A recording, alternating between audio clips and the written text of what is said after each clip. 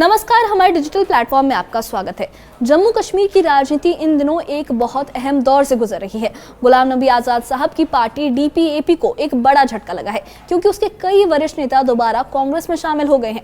जम्मू में हुए कांग्रेस के बड़े कार्यक्रम में 2 पूर्व मंत्री, 1 पूर्व MLC और कई और नेता अपने समर्थकों के साथ कांग्रेस में लौट आए हैं। ये सभी नेता पहले कांग्रेस में थे और अलग अलग कारणों से DPAP में चले गए थे। अब बदलते हालात और आने वाले चुनाव को देखते हुए फिर से कांग्रेस का हिस्सा बन गए। कभी कांग्रेस के सबसे बड़े चेहरे रहे गुलाम नबी आज़ाद साहब ने सितंबर 2022 में अपनी पार्टी डेमोक्रेटिक प्रोग्रेसिव आज़ाद पार्टी यानी DPAP की शुरुआत की थी। शुरुआत में ये पार्टी एक बड़े राजनीतिक प्रयोग की तरह दिखाई दी, लेकिन वक्त के साथ हालात बिल्कुल अलग दिशा में चले गए। DPAP पहले दिन से ही चुनौतियों से घिरी रही है। पार्टी बनने के बाद कुछ ही महीनों बाद कई नेता जो आज़ाद साहब के साथ आए थे, एक एक करके वापस कांग्रेस में लौटते गए।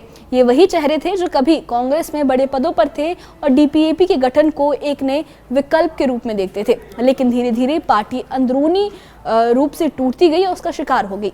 साल 2024 में जब लोकसभा और उसके बाद विधानसभा चुनाव हुए तो DPAP का प्रदर्शन उम्मीद से कहीं ज्यादा खराब रहा। एक भी सीट ना जीत पाने के साथ कई उम्मीदवारों को अपने क्षेत्रों में नोटा से भी कम वोट मिले हैं। इस नतीजे से ये साफ कर दिया गया कि पार्टी जनता के बीच वो जगह नहीं बना पाई है जिसकी उसे जरूरत थी। यही वजह रही कि अप्रैल 2025 में गुलाम नबी आज़ाद साहब ने वो बड़ी कार्रवाई की और कार्रवाई करते हुए पार्टी की सभी राज्य, प्रांतीय, जिला और ब्लॉक इकाइयों को भंग कर दिया। पार्टी के अंदर ये कदम एक तरह से साफ संकेत था कि DPAP अपनी मौजूदा संरचना में आगे नहीं चल सकती।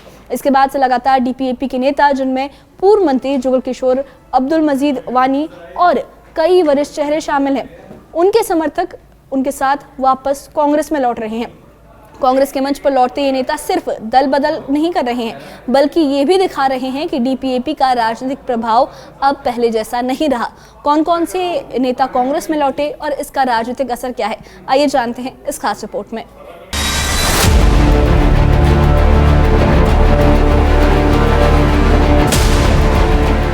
बुधवार को जम्मू में DPAP को बड़ा झटका लगा। 2 पूर्व मंत्री जुगल किशोर शर्मा और अब्दुल मजीद वानी सैकड़ों समर्थकों के साथ कांग्रेस में शामिल हुए। इसके साथ ही पूर्व MLC सुभाष गुप्ता और DPAP के वरिष्ठ नेता ब्रिजमोहन शर्मा ने भी पार्टी छोड़कर कांग्रेस की तरफ रुख कर लिया। DPAP में शामिल होने वाले अधिकांश वरिष्ठ नेता, जिनमें पूर्व डिप्टी CM ताराचंद भी शामिल हैं, पहले ही कांग्रेस में लौट चुके थे। जम्मू में आयोजित कांग्रेस महासम्मेलन में शामिल नेताओं का मंच पर गर्मजोशी से स्वागत किया गया। इस मौके पर मौजूद थे कांग्रेस के जम्मू कश्मीर इंचार्ज सैयद नसीर हुसैन। इस स्वागत समारोह में नेताओं ने अपने समर्थकों के साथ कांग्रेस की सदस्यता ली और पार्टी नेतृत्व ने उन्हें मंच पर शामिल किया। मेरे साथियों ने यहाँ कई सारे एग्जाम्पल्स दिए हैं। अगर इस वक्त भारत देश में जो जंग है वो 2 ही विचारधाराओं को है। एक तरफ कांग्रेस की विचारधारा है जो pre freedom, post freedom, Nehru ji से लेकर, इंदिरा जी से लेकर, राजीव जी से लेकर सोनिया जी और राहुल गांधी जी तक हमारी जो आइडियोलॉजी रही है, सबको साथ लेकर चलने की, सेक्युलरिज्म के रास्ते पर पार्टी को आगे बढ़ाने की। और दूसरी तरफ जो दूसरी इस वक्त जो पार्टियां हैं वो बुनियादी तौर स्टार्ट ही उनका नेगेटिविज्म से। कश्मीर की सियासत में ये बदलाव अचानक नहीं आया। DPAP में शामिल कई नेता पहले कांग्रेस से जुड़े हुए थे, लेकिन पिछले कुछ वक्त में वो नाराजगी की वजह से अलग हो गए थे। अब राजनीतिक माहौल, चुनाव और पार्टी की मजबूत संरचना को देखते हुए ये नेता वापस कांग्रेस लौट रहे हैं। उनका कहना है कि कांग्रेस की वर्तमान दिशा स्पष्ट है और उन्हें वही मंच मिला है जहां से उनकी राजनीतिक यात्रा शुरू हुई थी। हमें अपना आइडियोलॉजिकल जो नैरेटिव है उसको हमने पुख्ता करना है। वो ठीक है, तंजीमी तौर हमने बाकी मामलात को देखना है, लेकिन आइडियोलॉजिकल कमिटमेंट्स जो है हमारी, उसको पुख्ता करना है। हमने, चाहे वो गांधीयन फिलॉसफी हो, चाहे वो नेहरूवियन फिलॉसफी हो, चाहे आज राहुल गांधी की फिलॉसफी हो, उन सब चीजों को साथ साथ चलाना है। तब इस आइडियोलॉजिकल बैटल ग्राउंड में कांग्रेस जीत सकती है। और जम्मू कश्मीर जो हमेशा से गहवारा रहा है हिंदू मुस्लिम सिख इतिहाद का, जिसको तोड़ने के लिए, जिसको खत्म करने के लिए बीजेपी और उनके बाकी साथियों ने कोई कोशिश नहीं छोड़ी तोड़ने की, हमें वो भाईचारा रिवाइव करना है।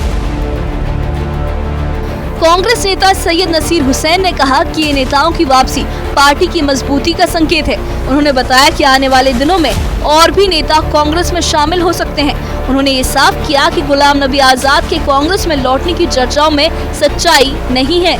उन्होंने बीजेपी पर भी निशाना साधते हुए कहा कि सत्ता हासिल करने के लिए बीजेपी चुनाव आयोग का इस्तेमाल कर रही है। ये बयान मंच पर चर्चा का केंद्र बना और राजनीतिक हलचलों को बढ़ावा दिया।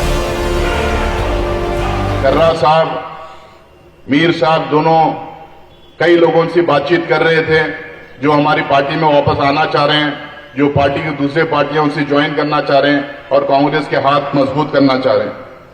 हम लोगों ने इसलिए आज का दिन तय किया ताकि ऐसे दिन में इंदिरा गांधी जी को भी याद किया जाएगा, लोगों को भी याद दिलाया जाएगा और साथ ही साथ कांग्रेस पार्टी को भी मजबूत किया जा रहा है।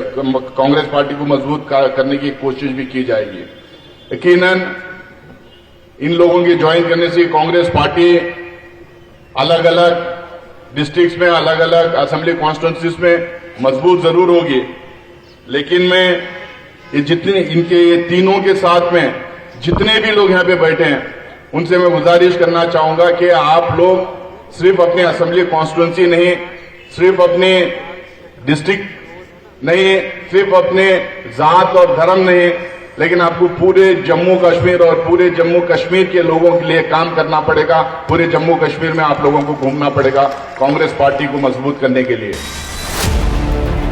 इन नेताओं की वापसी ने जम्मू कश्मीर में कांग्रेस को नई ऊर्जा दी है और डीपीएपी के भविष्य पर सवाल खड़े कर दिए हैं।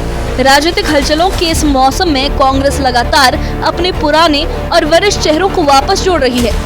विपक्षी दलों में बेचैनी बढ़ रही है और सबकी निगाहें इस बात पर टिकी हैं कि क्या और बड़े नेता भी कांग्रेस में शामिल होंगे। Bureau report, news 18।